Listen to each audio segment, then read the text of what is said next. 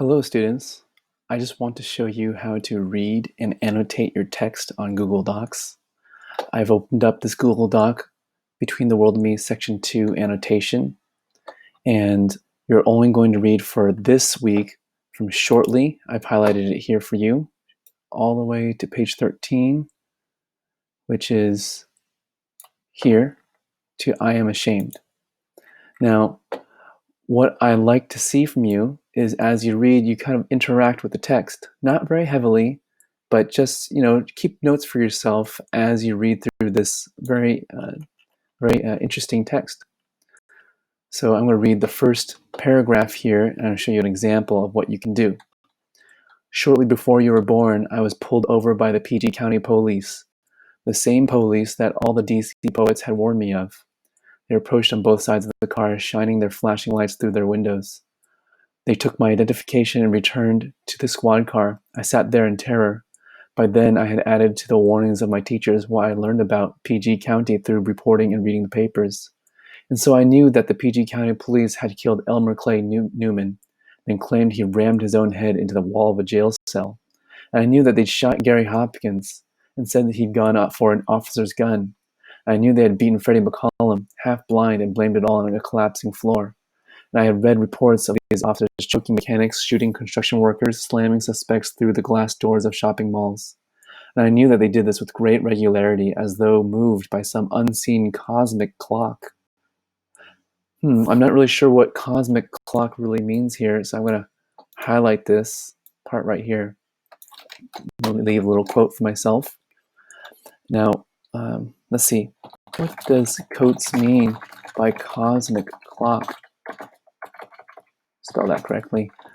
Why does he like that word, cosmic? I noticed that he used it a lot. It doesn't have to spell right. Just leave a note there for yourself. You can come back to it later. You probably are wondering how I made that comment. Well, for you Windows and Chromebook users, you can simply just highlight a part here, okay, a sentence perhaps, and you have a little button right there. You can add a comment there. That might be the simplest way. Or another way is to use Control-Alt-M. Control-Alt-M is in the bottom left corner of your keyboard, and it's very fast. For Mac users, it's Command-Option-M. And I just think you want to get used to using your keyboard well. I'm not going to make a comment there. Okay, so I stopped reading there. I didn't know who Elmer Clay Newman was, so I'm going to highlight this and make a note for myself here. I can make a note, or I can highlight this into a certain color, maybe a lighter color than just harsh yellow. There you go. Now, if you ever make a mistake, guys, you accidentally delete a section right there. Whoops, sorry. If I just delete, a whole section here on accident, you can just go to this part here and press the back button, the undo button. Back and back. And there it is. Another shortcut is to hold Control-Z, which means to go back, Control-Z.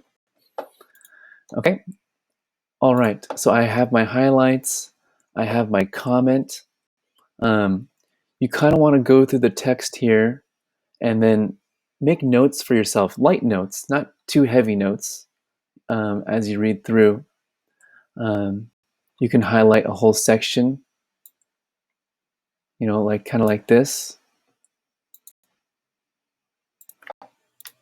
so that when you go through this text again, you won't have to look through everything again.